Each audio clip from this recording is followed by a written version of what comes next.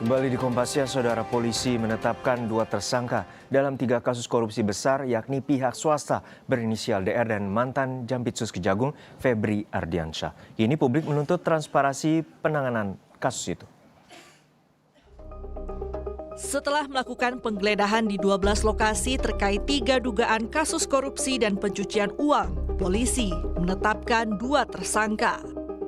Ex-Jaksa Agung Muda Tindak Pidana Khusus Jampitsus Febri Ardiansyah ditetapkan sebagai tersangka kasus korupsi dan tindak pidana pencucian uang dalam penanganan kasus Asabri, Batubara PLN, dan Krakatau Steel.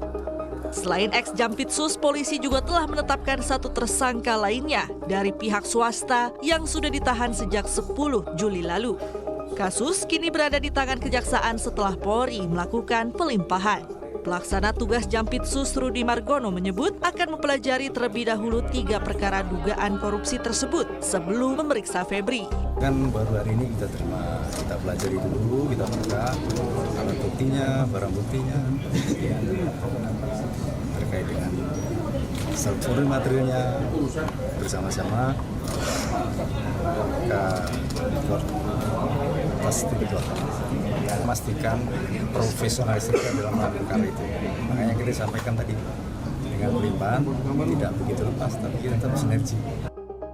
Meski tersangka pihak swasta sudah ditahan, lain halnya dengan ex-Jampitsus. Komisioner Komisi Kejaksaan RI Nur Rohman menilai belum ditahannya Febri karena penyidik di Kejaksaan baru mendapat pelimpahan kasus tersebut. Tapi menurut Anda tidak ditahannya Febri Ardiansyah, ex-Jampitsus ini sesuai dengan prosedur hukum ya? Ya, tentunya itu penahanan ataupun tidak penahanan itu kan kewenangan di penyidik gitu kan. Dan di sini penyidik di Jaksa itu kan baru mendapatkan pelimpahan. Sehingga tentunya perlu ada mekanisme biar perkara ini bisa tuntas setuntas-tuntasnya sesuai dengan hukum acara yang berlaku. Namun, pelimpahan kasus mendapat sorotan. Pakar hukum pidana Jamin Ginting menilai perlu adanya transparansi soal pelimpahan kasus.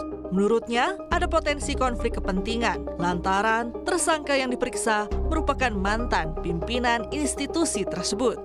Kelemahannya nanti adalah apabila tidak cukup bukti dan buru-buru dinaikkan statusnya ke P21 dan dilimpahkan tahap 1 dan tahap 2, maka ada pengalaman jaksa yang akan berbahaya untuk dinaikkan ke penuntutan di pengadilan karena kurangnya cukup bukti. Atau kemungkinannya ya, jaksa sendiri yang akan mengumpulkan lagi bukti. Nah, ini akan terjadi konflik of interest, ya. Jadi ada kepentingan yang tentunya nggak mungkin dia melakukan penambahan bukti dengan memeriksa lagi, di mana yang diperiksa adalah mantan pimpinan institusi tersebut, yaitu Jampitsus. Nah, ini yang harus kita perhatikan, ada transparansi dalam masyarakat. Saya kira itu yang harus kita perhatikan dan kita kawal terus kasus ini. Demikian, terima kasih. Dalam penanganan kasus ini, polisi telah menyita barang bukti berupa uang tunai Rp476 miliar dan emas batangan seberat 74 kg. Tim Liputan Kompas TV. Informasi terkini kita segera bergabung dengan jurnalis Kompas TV, Tesalonika Ajeng dan juru kamera Yogi Sahrifi di Mapolda Metro Jaya, serta Fedriska Ananda bersama juru kamera Denny Joshua di kantor Kejaksaan Agung Jakarta. Namun kita sapa terlebih dahulu rekan Tessa di Polda Metro Jaya. Tessa, untuk saat ini seperti apa perkembangan terkini setelah ada penetapan 2 tersangka, baik mantan Jampitsus dan pihak swasta? Ya, Juno dan juga saudara, kami pantau sejak pagi ini memang kami belum bisa melihat adanya aktivitas yang signifikan atau berarti di Ditreskrimsus Polda Metro Jaya. Dan dari informasi terakhir yang kami dapatkan memang salah satu tersangka yakni DR yang juga terseret dalam 3 kasus korupsi ini masih berada di rutan Polda Metro Jaya. Namun yang menarik pada pagi hari ini yang dapat kami lihat di depan di Treskrimsus Polda Metro Jaya, ini ada sejumlah karangan bunga yang dikirimkan dari sejumlah pihak kepada pihak kepolisian. Akan ditunjukkan oleh juru kamera Yogi Sahrifi bahwa di sini kami bisa melihat ada sekitar 8 karangan bunga di depan Ditreskrimsus Polda Metro Jaya yang mana berasal atau dikirimkan dari sejumlah kantor dan lembaga hukum. Di karangan bunga yang ada di depan Ditreskrimsus ini memang ini dari kata-katanya ini memberikan apresiasi sekaligus juga dukungan kepada pihak kepolisian dalam hal ini dalam proses pengusutan dari 3 kasus korupsi yang menyeret kasus PT PLN Batubara, Asabri dan juga Krakatau Steel. Walaupun sampai dengan pagi hari ini tadi kami juga sempat berusaha untuk menghubungi dari pihak Polda Metro Jaya kepada Kabid Humas Polda Metro Jaya dan juga kepada pihak Kortas Tipikor Polri terkait dengan update dari pelimpahan kasus ini kepada pihak Kejaksaan Agung. Ini apakah memang semua barang bukti yang sempat berada di Polda Metro Jaya ini sudah semuanya atau seluruhnya dilimpahkan kepada pihak Kejaksaan ataupun memang masih bersama dengan tersangka yang ada di rutan Polda Metro Jaya ini memang sejumlah barang bukti berupa uang tunai dan juga emas sekaligus juga ada sejumlah dokumen dan handphone ini masih berada di Polda Metro Jaya karena memang sebelumnya ini dari pihak kepolisian dari Kakortas Tipikor Polri pada Sabtu yang lalu telah menyebutkan bahwa sudah melimpahkan kasus ini ke Kejaksaan dalam penanganan kasus dari 3 kasus korupsi yang juga sudah menyeret 2 nama tersangka yakni FA dan juga DR. Dan dari informasi terakhir yang kami dapatkan dari Polda Metro Jaya ini memang sudah ada sekitar 15 saksi yang diperiksa dan semuanya ini memang statusnya masih saksi sehingga dari Polda Metro Jaya pun belum memberikan informasi apakah sudah ada nama-nama baru yang ditetapkan sebagai tersangka. Kami masih menunggu informasi lebih lanjut terkait dengan update pelimpahan barang bukti dan juga tersangka ini akan kapan nantinya akan dilimpahkan seluruhnya kepada pihak Kejaksaan Agung. Juno.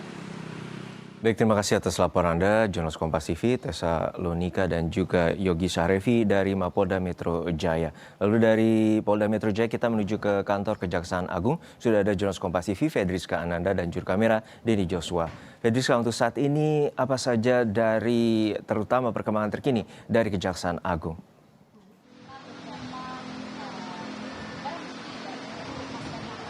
Ya, Juno, terkait dengan perkembangan terkini terkait dengan perkara dugaan TPPU dan juga korupsi di 3 BUMN ini sudah dilimpahkan ke Kejaksaan Agung yang mana ini sudah dilimpahkan oleh Polri ataupun penyidik Polri bersama dengan Kortas Tipikor Bareskrim Polri sehingga perkara ini saat ini ditangani lebih lanjut oleh Kejaksaan Agung.